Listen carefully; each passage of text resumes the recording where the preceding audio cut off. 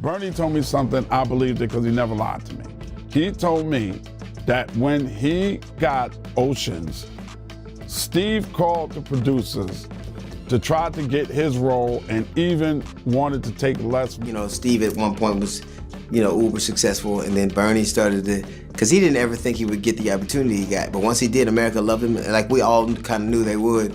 And he decided to go a different way. And then stole everything Mark Curry had. Now Steve got a sitcom where he the principal, and he wears. 7 black comedians just exposed Steve Harvey's rise to fame, and it's messy.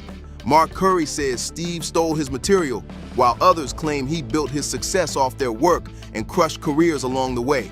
This might be the real story behind America's favorite game show host. Back in the early 90s, Mark Curry and Steve Harvey were both grinding on the same comedy circuit, fighting for a shot in an industry that barely gave black comics a chance. I'm Mr. Hightower, the new music teacher. I'm here to see the... Mr. Cooper, coach, teacher, janitor, you're a real triple threat. Why are you on my material? Right. What's that about? And then, people want to jump up, oh, he didn't know, he didn't steal your... So yes. Curry made it first, landing his own ABC sitcom Hanging with Mr. Cooper in 1992, 4 years before the Steve Harvey Show even aired. That show ran 5 seasons and made Curry a real star, playing a former NBA player turned high school coach trying to keep it cool with his students. Curry says he and Steve were friends back then, but things didn't stay friendly for long. Comedy Jam 25. It's good to see so many funny people together in one room, all wondering the same thing. Is Katt Williams gonna show up? I'm nervous as hell right now. Bernie told me something, I believed it because he never lied to me. He told me that when he got Oceans, Steve called the producers to try to get his role and even wanted to take less money. Steve at one point was, uber successful, and then Bernie started to, because he didn't ever think he would get the opportunity he got. But once he did, America loved him, like we all kind of knew they would. And he decided to go a different way. The same Steve that went to go watch Mark Curry do his whole sitcom. They used to talk heavy about comedy and breaking through as black men in Hollywood when chances were slim. Curry says he told Steve about his sitcom idea, a comedian working in a school, keeping kids in line while using humor and heart to connect. It wasn't just small talk either. They broke down characters, storylines, and how to make school life funny without it feeling fake. Then the Steve Harvey Show dropped in 1996, and it was almost the same setup. A comedian turned teacher working with kids, mixing jokes with life lessons. The similarities were wild. Both leads were ex-athletes turned educators. Both became vice principals. Both mentored troubled students. Even the episode styles felt way too close. Yeah, it was ridiculous. You know what I mean? It was like the idea of the joke that he was even talking about. The same Steve that went to go watch Mark Curry do his whole sitcom and then stole everything Mark Curry had. Now Steve got a sitcom where he the principal and he wear a suit. You don't do your material around a lot of comedians. That's like stealing in front of the police. We've been friends for 30 years, man. Oh, wow. 30 years. That's big, man. That's crazy, man. You know how people say that about marriage? That's a long time in Hollywood to be friends, man. Curry felt played but stayed quiet for years, knowing Hollywood didn't take kindly to one black star calling out another. Silence for him was survival. Back then, black entertainers were told to keep things quiet. No public beefs, no calling each other out. So Curry stayed silent while Steve's show took off and his own faded away. That I was just a no-name comedian and that he could take this joke and nobody would know. Right. The issue was that I had already done this particular joke on BET's Comic View twice. Bernie, felt like he didn't want to do it anymore. He was on his own path, and Steve. So, nothing like that ever happens or doesn't happen for a reason. So I was disappointed. But just saying, I can't let these dudes lie. Cedric's sitting here telling you why he ain't a movie star. He over here look like a walrus. You didn't say nothing. This is like Steve Harvey telling people he used to be homeless. That's my story. That's not his story. Steve Harvey wasn't never homeless. When Mark Curry was touring with him 25 years ago, he was making $3,000 a show in cash and doing 5 shows a week. Bernie is one of those people, like certain other people in my life, that I knew very well. Stretch told me something, I would believe it because he never lied to me. Bernie told me something, I believed it because he never lied to me. Then in 2019, Curry hit the Mike and Donnie show and said Steve stole his Halloween jokes. He claimed Harvey used real stories from his life on TV like they were his own. When Curry saw it, he couldn't believe it. That was his material. He said he even confronted Steve at Def Comedy Jam 25, but Steve played dumb. Years later, in 2024, Katt Williams brought it all back up on Club Shay Shay, saying Steve stole everything from Mark Curry. And that's when the internet finally exploded. After Katt's interview, fans started digging deep, comparing episodes from Hangin' with Mr. Cooper and the Steve Harvey show side by side. People found clips showing the same setups, same jokes, and even the same type of characters. It looked way too close to be coincidence. More like Steve borrowed a little too much. Harvey never addressed it. No statements, no explanations, nothing. He just kept it pushing while his fame skyrocketed and Curry faded from the spotlight. By 2000, Steve was headlining the original Kings of Comedy with Cedric, D.L. Hewley, and Bernie Mac, selling out arenas everywhere. The Spike Lee-directed film made history, but behind the scenes, things weren't all smiles. Bernie was the breakout star, real, raw, and hilarious. And word is, Steve couldn't stand how much love Bernie was getting. In 2003, Bernie Mac dropped a bomb in GQ magazine. He said Steve Harvey went behind his back, trying to get him fired from the Kings of Comedy tour, all because Steve couldn't handle how much love Bernie was getting. Bernie told GQ, Steve Harvey tried to get me fired, and that shot shook the whole comedy world. This wasn't about creative beef. Bernie was calling out straight betrayal. Radio host Ed Lover later backed him up, saying Bernie personally told him how Steve tried to block his shine. The tension got so bad that the second Kings of Comedy tour got scrapped. They couldn't even be in the same room. Bernie kept winning with the Bernie Mac show and Hollywood roles, but he never forgave Steve. When Bernie passed in 2008, they had never made peace, and Steve still never owned up, only calling Bernie a special dude while dodging the real story. On January 3rd, 2024, Katt Williams went on Club Shay Shay and blew up Steve Harvey's polished image for good. The interview went mega viral, over 80 million views, and Katt didn't hold back for a second. He tore into Steve's come-up story, calling out how Harvey allegedly stole Mark Curry's sitcom idea, took Katt's own homeless story, and built a whole career off other people's work. Katt even said Steve was part of a crew of comedians, including Cedric the Entertainer, who all had each other's backs while stealing from smaller, hungrier comics. What made it hit so hard was how real Katt sounded. He had details, examples, and pure confidence. He wasn't guessing or gossiping. He was speaking from experience and dared Steve to say something back. The comedy world exploded after Katt's interview. Some defended Steve, saying Katt was just being bitter, but others, like Mark Curry and Godfrey, backed Katt all the way and even dropped their own receipts. The whole thing sparked a major talk about loyalty, theft, and accountability in comedy. Katt's timing was perfect. He waited until he was solid in his career so nobody could silence him. He knew his words would shake the room, and they did. Overnight, Steve went from America's favorite uncle to one of comedy's most questioned figures. Then Godfrey jumped in, confirming what Katt said and adding more fuel. He claimed Steve's joke stealing wasn't random, it was calculated. Harvey would watch younger comics kill on stage, memorize their best lines, then perform the same material on bigger platforms before they even had a chance to make a name for themselves. Godfrey didn't hold back. He said Steve would pull up to comedy clubs, sit quietly in the back, and watch everybody perform. Then later, you'd hear your own jokes coming out of his mouth on Showtime at the Apollo or his HBO special. But what can you do, Godfrey said. You're a nobody. He's Steve Harvey. He revealed that inside the comedy world, Steve's reputation was rough.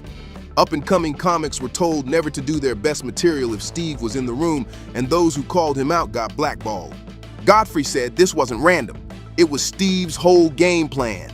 He'd spot talented comedians without connections, take their material, and claim it as his own on bigger stages. What made Godfrey's words hit harder is that he had nothing to gain. He wasn't close to Katt or Curry, just confirming what the comedy scene had whispered for years.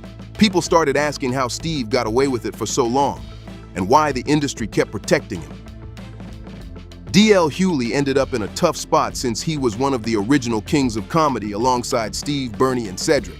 He knew the real tension behind the scenes, but publicly taking sides could mess up his own career. After Katt's interview blew up, DL tried to stay neutral on podcasts. He admitted Bernie and Steve's beef was real and deep enough to kill the second Kings of Comedy tour, but he avoided calling Steve out directly. DL said, Bernie felt strongly about certain things, and Steve felt strongly about certain things. They couldn't get past it. Smooth words, but between the lines, people caught his drift.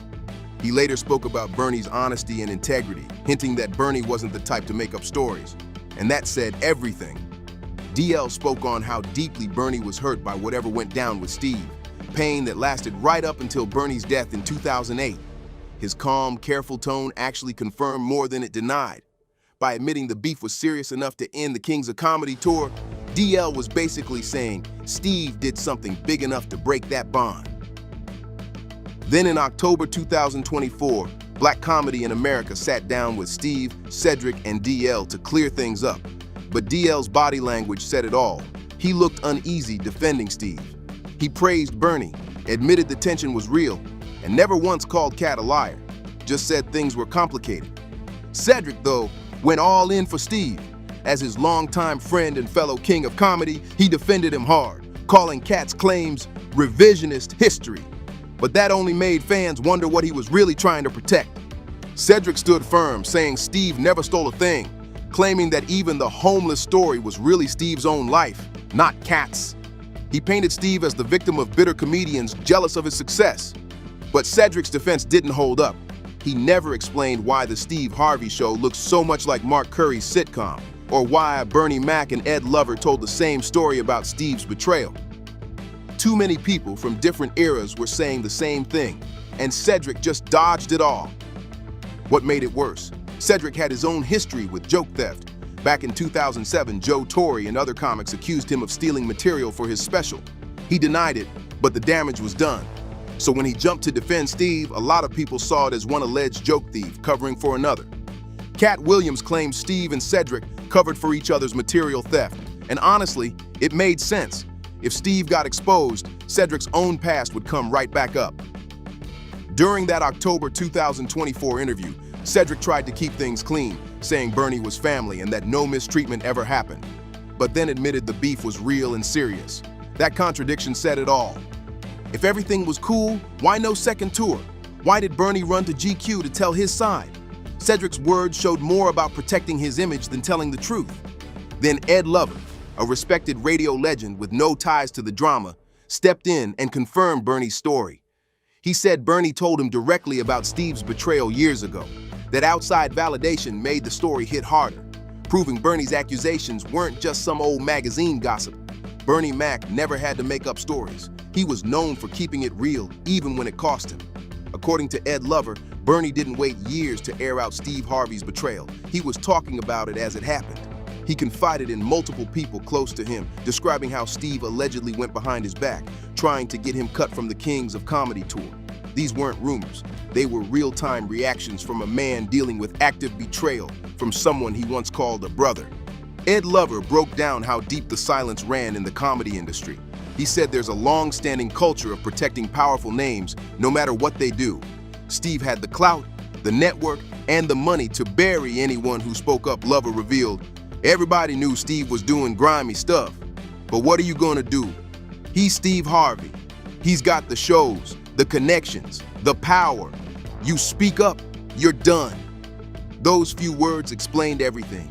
The fear, the silence, and why the truth stayed hidden for so long. For many up-and-coming comics, going against someone like Steve wasn't just career suicide. It was social exile. Clubs would stop booking you, producers would ghost you, and your name would quietly disappear from opportunities that once seemed guaranteed. Lover said that's exactly why Bernie's accusations stayed under the radar. The industry wasn't ready to challenge one of its biggest stars. Lover also made it clear that Bernie wasn't the type to exaggerate or chase clout. He had a reputation for brutal honesty, the kind that could even hurt his own career. So when Bernie told him that Steve tried to get him fired, Ed believed him completely. Coming from someone outside the core feud, Ed Lover's confirmation hit different. It turned whispers into truth and made it clear that the world was finally catching up to what comedians had known for decades. What started as rumors turned into hard evidence. Multiple people from different corners of comedy all saying the same thing. It wasn't just gossip anymore. It was a pattern. Real stories, real witnesses, all describing Steve Harvey's alleged behavior the same way. And that changed everything. By 2025, Steve was sitting on top of the world, hosting Family Feud, pulling huge radio audiences, landing book deals, brand endorsements, and basically living the dream he always talked about. On paper, he was the definition of success, a man who beat poverty, built a multi-million-dollar empire, and became one of the most recognizable entertainers in America. But Katt Williams' club, Shay Shay interview cracked that perfect image wide open. The clip went insanely viral, over 80 million views and counting. And suddenly, everyone was rewatching old footage, dissecting every word. Internet sleuths found side-by-side clips showing Mark Curry's jokes and Steve's routines matching almost line for line. What looked like inspiration before now looked like straight-up copying. Even Bernie Mac's 2003 GQ interview resurfaced, spreading all over social media as fans started piecing together the puzzle. More comedians who had stayed quiet for years finally started talking. Some shared stories about stolen bits, others about being pushed out of opportunities after clashing with Steve. The floodgates were open. And when people expected Steve to respond humbly, he did the opposite. At a 2020 InvestFest event, he laughed off the claims and fired back at Katt with insults and threats, saying, "I'd knock you short-o out. I'd shoot the perm straight out your head." That moment said everything his critics had been shouting. Instead of addressing the accusations, he doubled down with arrogance and aggression. The outburst turned a bad situation into a full-blown PR disaster, and fans started questioning the real Steve Harvey behind the smile. When the pressure hit, Steve Harvey showed his real side. He couldn't handle the heat and started throwing threats instead of facts. As the backlash caught fire, his tough talk started to backfire fast. By late 2024, Harvey switched up his tone completely, trying to sound humble on the Pivot podcast. He said, "I probably shouldn't have said anything," and even claimed he'd apologize to Katt Williams for the disrespect. But to a lot of people, that apology didn't sound real. It sounded like damage control, because here's the truth. Harvey never actually addressed the real accusations. He didn't deny stealing jokes, didn't explain why the Steve Harvey show looked so much like hanging with Mr. Cooper, and definitely didn't talk about what Bernie Mac revealed in GQ. Instead, he brushed it all off, saying it was just hate and jealousy from people mad about what they didn't have. That kind of deflection made the internet explode even more, with fans calling him out for dodging accountability while pretending to play victim. The whole situation flipped his public image upside down. One minute, he was America's smiling TV host. The next, he was trending for all the wrong reasons. People started rewatching old clips, digging into interviews, and realizing how much had been swept under the rug for years. But what do you think? Was Steve Harvey really misunderstood, or did the truth finally catch up to him? Drop your thoughts in the comments. Don't forget to hit that like button. Subscribe for more wild celebrity deep dives, and I'll see you in the next one.